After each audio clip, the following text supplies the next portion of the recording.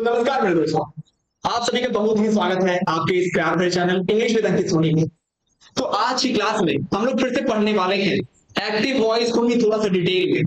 Last to class में मतलब कि पार्ट वन और फिर पार्ट टू में हमने एक्टिव वॉइस को पढ़ा था कि एक्टिव वॉइस का हम जो है कौन कौन से ऐसे सेंटेंस हैं, कौन कौन से ऐसे वर्ब्स हैं जिनका हम पैसिव वॉइस में चेंजेस करते हैं, कौन से ऐसे वर्ब है जिनका हम पैसिव वॉइस में चेंजेस नहीं करते हैं, सुटेबल प्रीपोजिशन क्या होता है, ये सारी चीजें तो हमने पार्ट वन और फिर पार्ट टू में पढ़ लिया। अब हम पढ़ेंगे पार्ट थ्री में, जिसमें हम पढ़ेंगे कि अगर हमें मोनो ट्रांसिटिव और फिर डाई ट्रांसिटिव तरीके से वर्ब दिया गया है, फिर ऑब्जेक्ट दिया गया है, तो उसको हम कैसे चेंज करते हैं। देखिए अगर एक्टिव और पैसिव वॉइस की बात करते हैं तो सबसे पहले हमें एक स्ट्रक्चर देखने को मिलता है जो कि है एक्टिव वॉइस का। एक्टिव वॉइस का ही एक स्ट्रक्चर देखने को मिलता है जिसमें हमें दिया जाता है कि सब्जेक्ट के बाद हमें वर्ब मिलेगा और इसी वर्ब के तुरंत बाद एक ऑब्जेक्ट नंबर वन और object number two, object number one और ऑब्जेक्ट नंबर टू के बाद। अगर इन दोनों ऑब्जेक्ट की बात करते हैं, पहला जो ऑब्जेक्ट है ये अपने आप में इन ट्रांसफर वर्ब, लेकिन दूसरे वर्ब की बात करते हैं तो ये इन ट्रांसफर वर्ब है। किसी को अगर चेंज करा जाए पैसिव वॉइस में, तो इसको हम चेंज करते हैं क्या करेंगे, उसको हम चेंज करते हैं। सबसे पहले हम लिखेंगे ऑब्जेक्ट नंबर वन को प्लस चेंज हेल्पिंग वर्ब, जो कुछ भी आपने वर्ब में चेंज किया है, टेंस में चेंज किया है, change helping verb plus verb की थर्ड फॉर्म। फिर इसी के साथ हमारे पास जो ऑब्जेक्ट नंबर टू है वो ऑब्जेक्ट नंबर टू लिखेंगे। फिर सुटेबल प्रीपोजिशन और इसी प्रीपोजिशन के बाद आपको आपका जो एजेंट है यानी सब्जेक्ट है उस सब्जेक्ट को लिखने की कोशिश करेंगे। अगर थोड़ा सा मैं बताऊं तो इसी को हम बोलते हैं मोनोट्रांस, इसी को हम बोलते हैं मोनोट्रांस।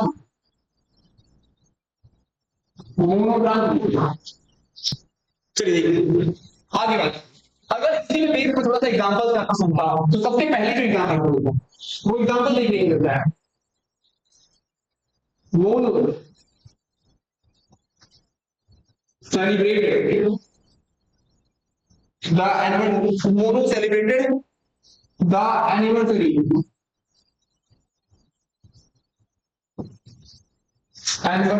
the mall,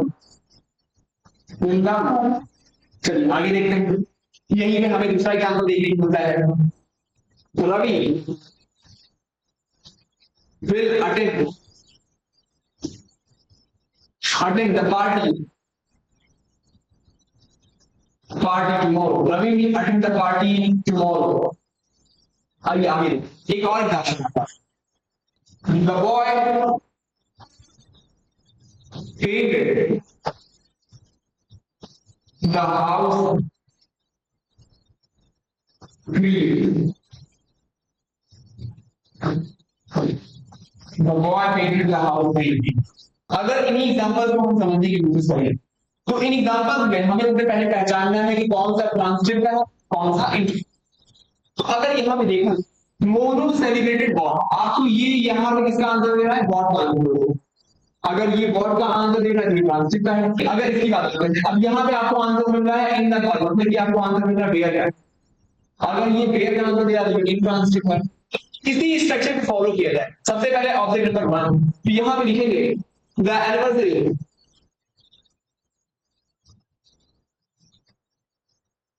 was celebrated in the mall by moon,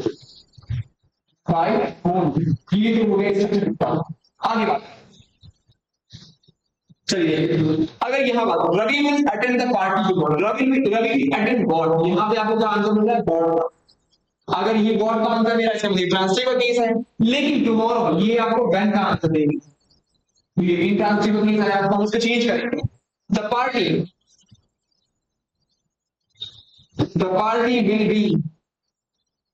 will be attended, the party will be attended tomorrow by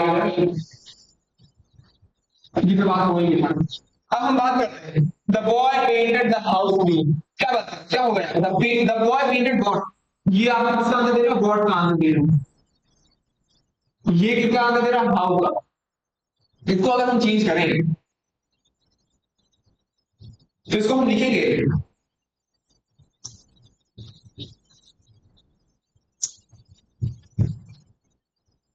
चलिए द बॉय पेंटेड वॉट, तो यहां पे आपने the house, the house was painted,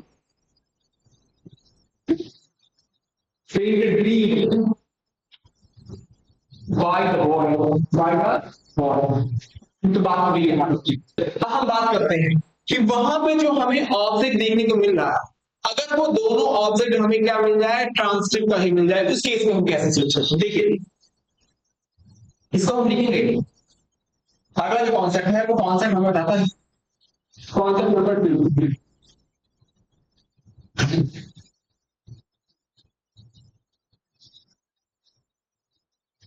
concept number 2, concept 2 हमें बताता है कि अगर सब्जेक्ट के बाद हमें एक वर्ब देखने को मिले और इसी वर्ब के तुरंत बाद ऑब्जेक्ट नंबर 1 और उसी के तुरंत बाद ऑब्जेक्ट नंबर 2, बस बात ये है कि यहाँ पे जो ऑब्जेक्ट नंबर 1 रहेगा ये अपने आप में ट्रांसक्रिप्ट रहेगा, ऑब्जेक्ट नंबर 2 भी अपने आप में क्या है, ट्रांसक्रिप्ट है। ये तो बात हो गई यहाँ तक। अगर इसी को चेंज करने की बात करें तो इसको हम चेंज करें, चेंज करेंगे इस तरीके,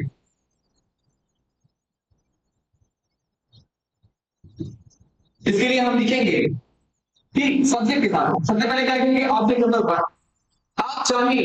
आप चाहें तो ये पहला वाला शेड्यूल फॉलो कर सकते हैं, लेकिन अगर उसको ना फॉलो करना हो तो आप क्या लिखेंगे, ऑब्जेक्ट नंबर 2, फिर चेंज हेल्पिंग वर्ब, वर्ब की थर्ड फॉर्म, फिर टू या फिर फॉर लगा दीजिए, टू या फिर फॉर,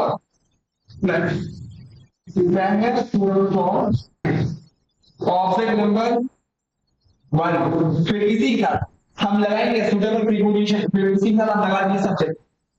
ये तो बात हो गई तुम्हारी कि अगर सब्जेक्ट के बाद वर्ब देखने को मिलता है, उसी के तुरंत बाद ऑब्जेक्ट, दो ऑब्जेक्ट देखेंगे, ये दोनों ऑब्जेक्ट अपने आप में ट्रांसफर का काम करते हैं, ट्रांसफर वर्ब के ऑब्जेक्ट हो। अगर ट्रांसफर वर्ब के ऑब्जेक्ट है तो आप चाहे तो पहला वाला फॉलो कर लीजिए या फिर ना हो दूसरा फॉलो कर लीजिए। दूसरा ये है कि हमें सबसे पहले ऑब्जेक्ट नंबर 2 को रखना है, फिर चेंज हेल्पिंग वर्ब, उस वर्ब में क्या चेंजेस आएंगे टेंस के हिसाब से कुछ भी उसको हम रखेंगे। फिर देखिए, फिर वर्ब की थर्ड फॉर्म टू या फिर फॉर का यूज करिए आप, object number 1 plus subject, suitable preposition of subject. चलिए अगर किसी की बात करें, ये अपने आप में होता है die,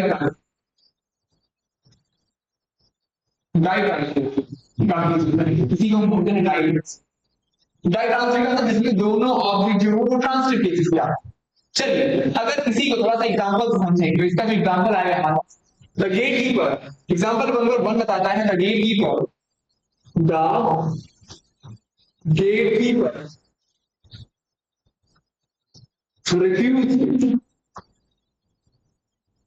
refused them the ticket, the gatekeeper refused them the ticket। चलिए दूसरे एग्जांपल की बात करते हैं, वो है Shreya, Shreya will give them some rupees, Shreya will give them some rupees। आगे देखो लिखा है सीमा gave Rahul 3 books।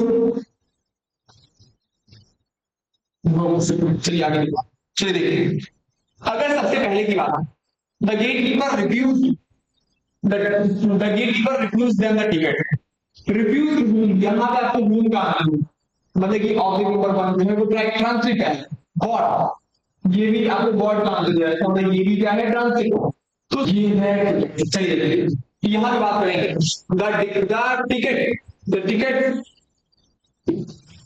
were refused, the tickets were refused to them by the gatekeeper, by the gatekeeper। ऐसे ही आगे देखिए, Shreya will give some rupees, Shreya will give whom to God, तो यहां पे आएगा some rupees, some rupees will be given will be given to turn, will be given to turn. Vaishreya, Vaishreya, I will not double. Shima gave Ramu, Seema gave whom of a god. तो यहां पे आप बात करेंगे three books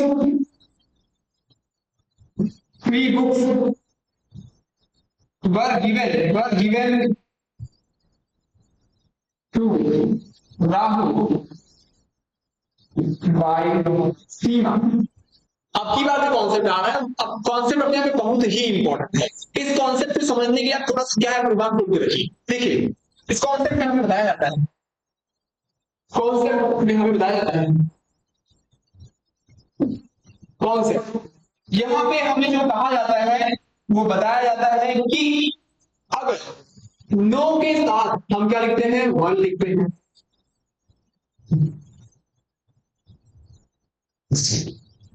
देखिए अगर no के साथ ही हम वन का यूज कर लें, बड़ी का यूज कर लें, फिर का यूज कर लें, फिर एक और है अगर मैं किसी के साथ नाउन का यूज करूं, इसी तरीके से हमें सेंटेंस दिया हो, इसी तरीके से हमें सेंटेंस दिया होगा।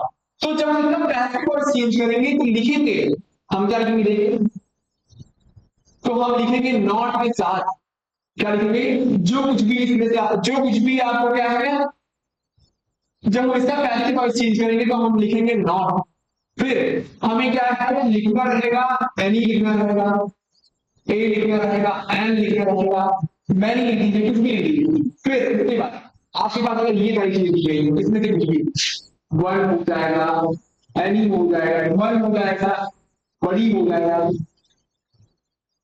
वन हो गया, बड़ी हो गया, फिर यहीं पे है थिंग हो गया, या फिर कोई नाउन हो जाएगा, इसका हम यूज करेंगे। मतलब मेरे कहने का मतलब ये है कि अगर हमें जो है एक्टिव वॉइस में मर्ज करके दिया गया है, मर्ज करके दिया गया है, उसको हम पैसिव वॉइस में क्या करेंगे, स्प्लिट आउट कर देंगे, स्प्लिट कर देंगे। मतलब कि अगर मर्ज किया गया है तो स्प्लिट करेंगे, स्प्लिट किया गया है तो मर्ज करेंगे, मतलब ये रिवर्स होगा। अगर हमें पहले से ही स्प्लिट करके दिया गया है उसको हम क्या कर देंगे, मर्ज कर देंगे। इतने कोई दिक्कत परेशानी आपको बहुत जरूरी है। चलिए आगे देखिए, अगर इसे में समझा जाए, इसी कॉन्सेप्ट को थोड़ा अच्छे से समझा जाए तो इसमें हमें बताता है, इसी तरह मैं आपको कहूं ये जो नो होता है ये नो बनता है किससे, नो जो बनता है ये बनता है not plus any A and कुछ भी होता है, नॉट एनी ए एंड। इस कॉन्सेप्ट को अपना एग्जांपल से समझिए, एग्जांपल से आपको और भी समझ में। अगर एग्जांपल समझने की बात करते हैं तो यहाँ पे जो होता है लिखा हुआ है नो बड़ी identified the culprit. Nobody identified the culprit. अगर इसमें हम बात करते हैं तो nobody क्या होता है, मर्ज करके दिया गया है। अगर इसको हम चेंज करेंगे क्या करेंगे, इसको स्प्लिट आउट कर देंगे तो लिखेंगे the culprit, the culprit, the culprit was, फिर स्प्लिट आउट करके बताएंगे not, the culprit was not identified by anybody, जो भी हमें यहाँ पे दिया रहेगा उसी का हम यूज यहाँ पे करेंगे, उसी का यूज यहाँ पे करेंगे। चलिए एक और एग्जांपल इसमें देखिए, दूसरा एग्जांपल है लिखा है सी did not say anything, she did not say anything। चलिए आइए देखो, she did not say anything। देखिए यहाँ पे ये हमें क्या है, स्प्लिट आउट करके दिया गया, देखिए स्प्लिट आउट करके दिया गया है। अगर स्प्लिट आउट है हम इसको करेंगे मर्ज करेंगे, फिर आप कहेंगे नथिंग, नो के साथ ही क्या यूज करेंगे हम, nothing was said, nothing was said by her, nothing was said by her। चलिए इस पर आगे बात करते हैं। अब बात करते हैं इंट्रोगेटिव सेंटेंस कि इंट्रोगेटिव सेंटेंसेस को हम एक्टिव वॉइस से पैसिव वॉइस में चेंज किस तरीके से करते हैं। तो अगर इसको चेंज करने की बात हो गई interrogative sentence,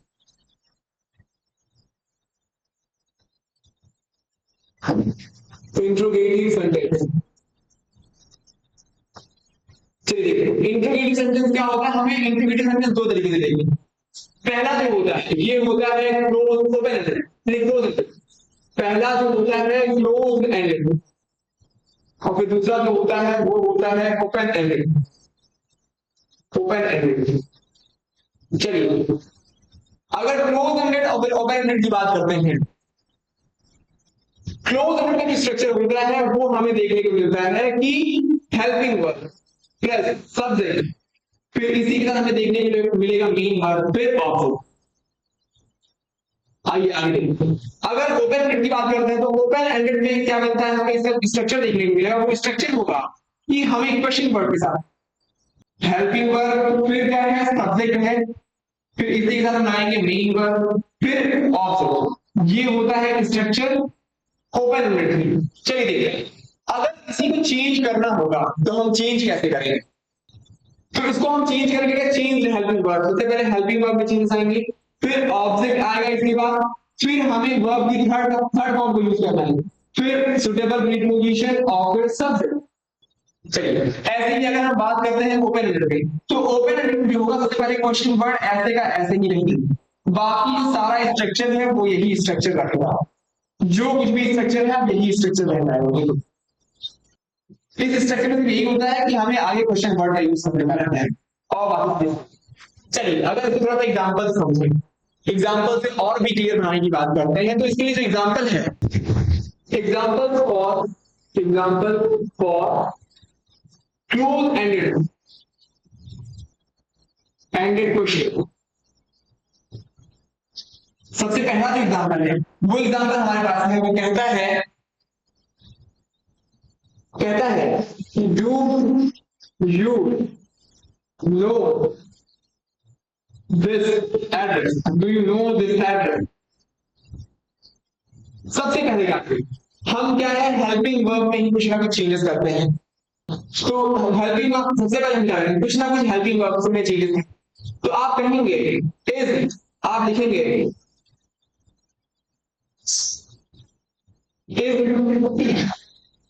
this address known to you, is this address known to you। चलिए आगे देखते हैं, must we stop the war, must we stop the war। तो यहां पे कहेगा मस्ट जो अपने आप में एक मॉडल हेल्पिंग मतलब कि मॉडल ऑफ तरीका है, इसलिए हम क्या है वी के यूज होता है। Must the war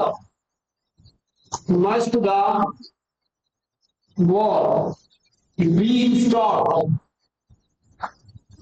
by us, must the war be stop by us. अब बात करते हैं question based on open ended question.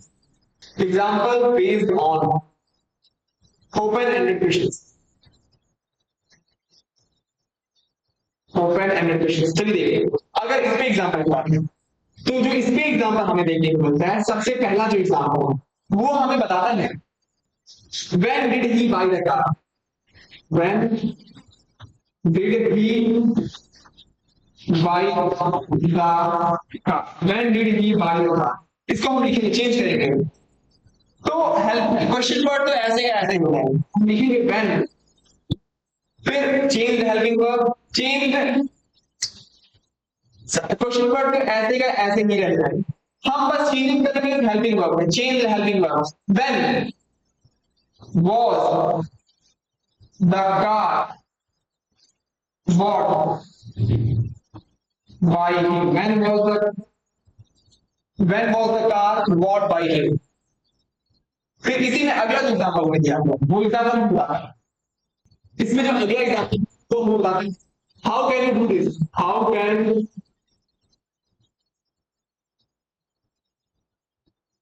you do that, how can you do that। तो इसको हम चेंज करेंगे, how can that be done by you.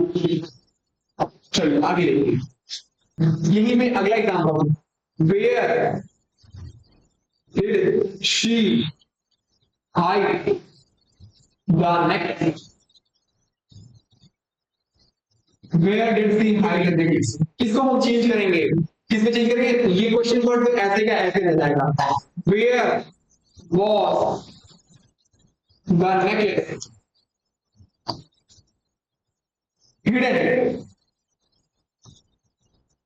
Bye, ये तो बात हो गई इंट्रोगेटिव सेंटेंस की। अब हम बातें करते हैं इंपेरेटिव सेंटेंस का। इंपेरेटिव सेंटेंस जो होता है वो हमारे टोन पे डिपेंड होता है कि अगर हमारा टोन जो है बहुत ही हाई, इसका मतलब मैं किसी की क्या है कमांड कर रहा हूं, किसी को ऑर्डर दे रही हूं। लेकिन अगर हम बात करते हैं मतलब इसकी टोन की जो है टोन बहुत ही नीचे है, इसका मतलब मैं किसी से रिक्वेस्ट कर रहा हूं, किसी को एडवाइस दे रहा हूं। देखिए अगर हम बात करते हैं इंपेरेटिव सेंटेंस, इंपेरेटिव सेंटेंस तो इंपेरेटिव सेंटेंस जो होता है ये डिपेंड होता है हमारे टोन पे, जो हमारे टोन पे ये डिपेंड होता है कि अगर हमारा टोन हाई है तब हम इसको कैसे यूज करेंगे, या फिर अगर हमारा टोन जो है बहुत ही लो है तब हम इसको कैसे यूज करेंगे। देखते हैं अगर हमारा टोन जो है ये कहता है हाई पे, इसका मतलब कि हम किसी से क्या है किसी को कमांड दे रहे हैं, किसी को ऑर्डर दे रहे हैं।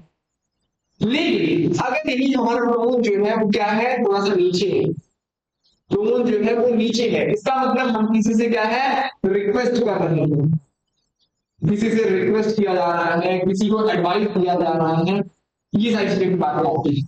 चलिए देखते हैं हम जो है अगर टोन हमारा ऊपर है तो इसके कैसे पैसे बचते हैं, या फिर अगर हमारा टोन नीचे है तो इस केस में हम कैसे पैसे बचता हूं। देखिए आइए देखिए बात करते हैं सबसे पहले क्या है कमांड। अगर हमारा टोन जो है ये कैसा है ऊपर पे, हम दे रहे हैं किसी को कमांड, तो इसमें जो इसका स्ट्रक्चर होता है देखने को मिलता है वो स्ट्रक्चर होता है ये है ऑर्डर, ऑर्डर देने की बात होगी, ऑर्डर यहां पे होगा लेट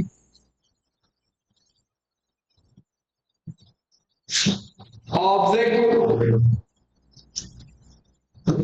वर्ब की यहां तक की बात। ये तो बात हुआ जब हमें किसी को ऑर्डर देना है या फिर किसी को कमांड देना है, कमांड देने की बात। अब बात करते हैं हमारा टोन अगर जो है टोन नीचे है, टोन नीचे है तो इसका मतलब हम किसी से क्या कर रहे हैं रिक्वेस्ट कर रहे हैं या फिर किसी को एडवाइस दे रहे हैं, ये तो बात हो गई है। चलिए देखते हैं इसमें किस तरीके से होगा। इसमें हम लिखेंगे ऑब्जेक्ट शुड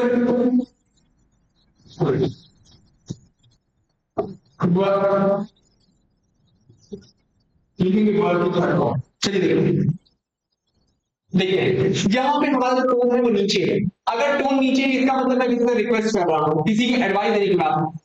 अगर रिक्वेस्ट या फिर एडवाइस देने की बात हो रही है इसका मतलब हमारा जो स्ट्रक्चर रहेगा वो कैसे, के बाद हमें शुड का यूज करना है, इसी शुड के तुरंत बाद हमें बी का यूज करके वर्ब की फॉर्म को लिख देना है। चलिए इसको थोड़ा सा एग्जांपल समझ लीजिए। चलिए अब बात करते हैं इससे थोड़ा सा आगे, इसके एग्जांपल्स की अगर देखें, इसके एग्जांपल्स को अगर देखें तो एग्जांपल हमें बताता है।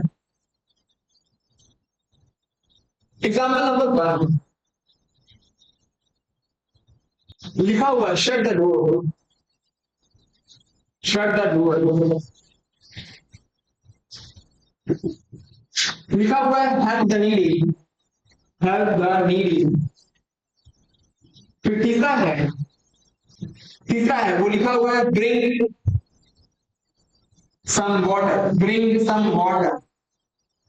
चलिए आगे देखिए अगर इन्हीं को हम चेंज करने की बात करें तो इसको चेंज करने का तरीका होता है, हमें लिखा हुआ है शट द डोर, इसका मतलब आप इस ऑर्डर दे रहे हैं, अगर ऑर्डर दिया जा रहा है तो हम क्या यूज करेंगे let, let the door be shut, let the door be shut.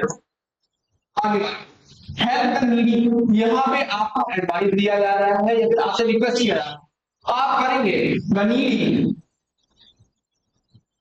The needy should be help, should be help, the needy should be help. आगे बात ब्रिंग सम वाटर, अगर ब्रिंग सम वाटर इसका मतलब आपने किसी को command किया है, किसी को ऑर्डर दिया है, ऑर्डर देने की बात हो रही है तो लिखेंगे let some water, let some water be bot.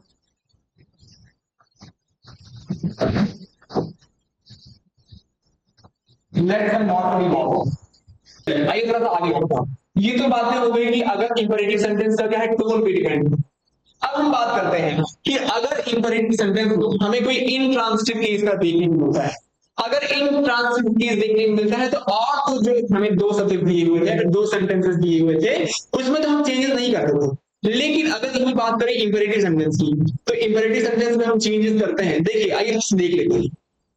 अगर इनट्रांसिटिव का क्या है, केस दिया गया है, इनट्रांसिटिव का केस दिया गया है और ये इंपेरेटिव सेंटेंस में है, इसको हम चेंज कैसे करते हैं? इसके लिए हम लिखते हैं you are order,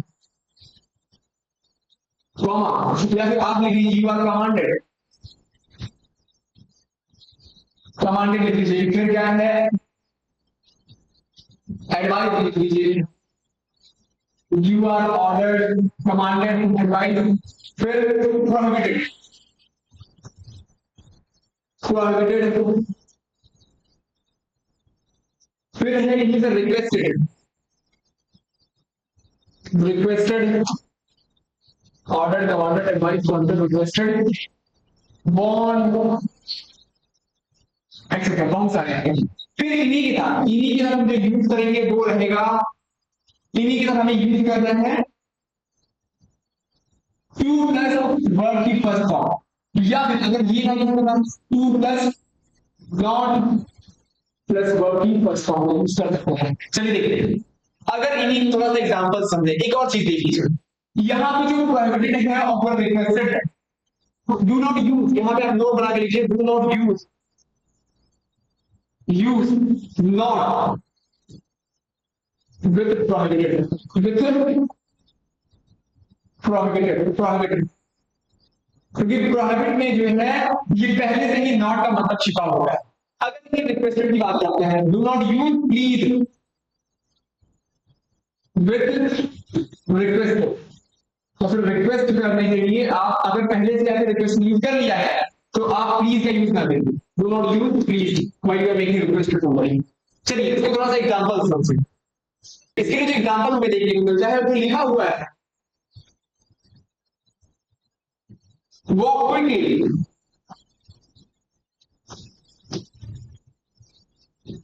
walk quickly. फिर देखिए, फिर लिखा है march ahead, march ahead, please go, please go. फिर लिखा है kindly sit down, kindly sit down. चलिए आइए इनको चेंज करने की बात। अगर इन्हें भी चेंज किया जाए, सबसे पहले हमें जो देखिए वो लिखा हुआ है क्विकली, क्विकली अपने आप में इंट्रांसिटिव वर्ब के तरीके से काम। अगर ये इंट्रांसिटिव है तो हम क्या यूज करेंगे, you are requested, you are requested, order, you are ordered to walk quickly, you are ordered to walk quickly. ये बात है। March ahead, you are ordered, you are ordered to march ahead, march ahead, you are ordered to march ahead, please go। यहाँ पे भी intransitive के तरीके से काम कर रहा है। फिर लिखेंगे you are requested to go, you are requested to go। यहाँ पर प्लीज लिखा हुआ, इसकी वजह से हमने रिक्वेस्टेड का यूज किया है। ये बात करते हैं काइंडली सिट डाउन, जहां पे भी आपने क्या है, रिक्वेस्ट किया है, यू आर रिक्वेस्टेड,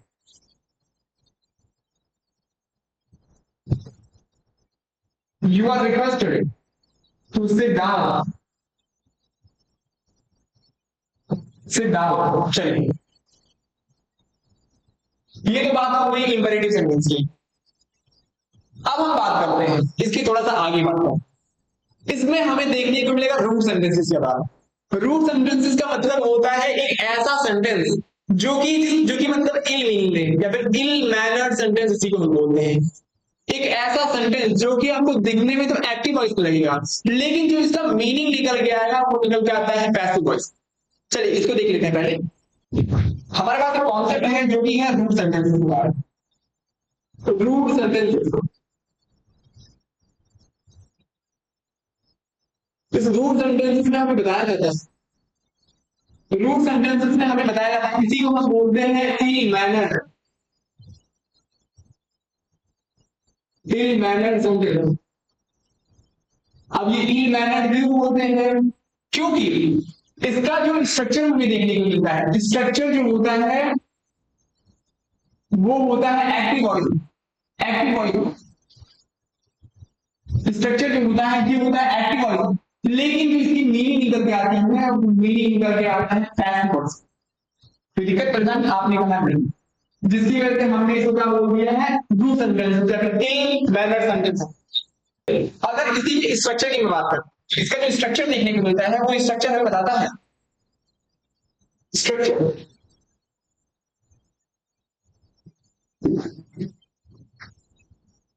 इसका जो स्ट्रक्चर देखने को मिलता है वो स्ट्रक्चर होता है नॉन लिविंग डूअर।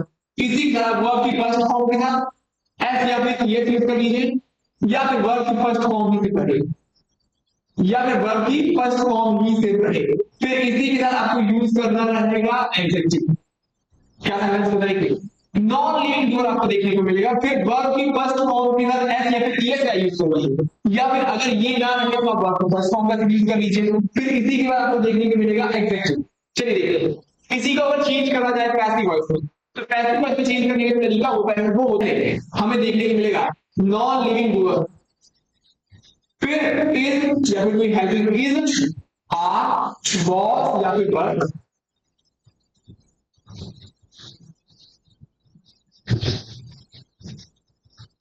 फिर देखिए आपके पास जो कुछ भी एडजेक्टिव दिया गया है वो लिखिए, फिर लिखिए व्हेन,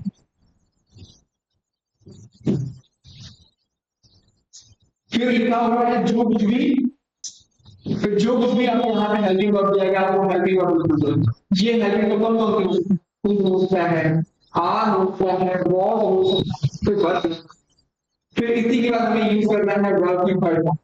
ये तो हो गया स्ट्रक्चर। चलिए देखते हैं इन एग्जांपल से, तो यहाँ पे लिखा हुआ है रोज स्मेल्स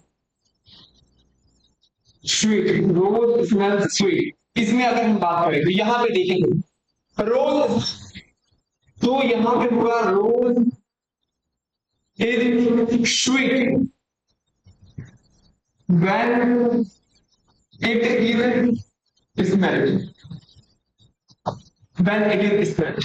लिखा हुआ है orange test bitter, orange test bitter, इसमें हम चेंजेस करेंगे क्या करेंगे, इसमें जो चेंजेस आएंगे वो आएंगे orange is bitter, orange is bitter when it is tasted, when it is tasted, orange is bitter when it is tasted। तो आज के लिए बस इतना ही, अब मिलते हैं अगली क्लास। इसमें मैं होप करता हूं कि आपको सारी चीजें समझ में आ रही हैं।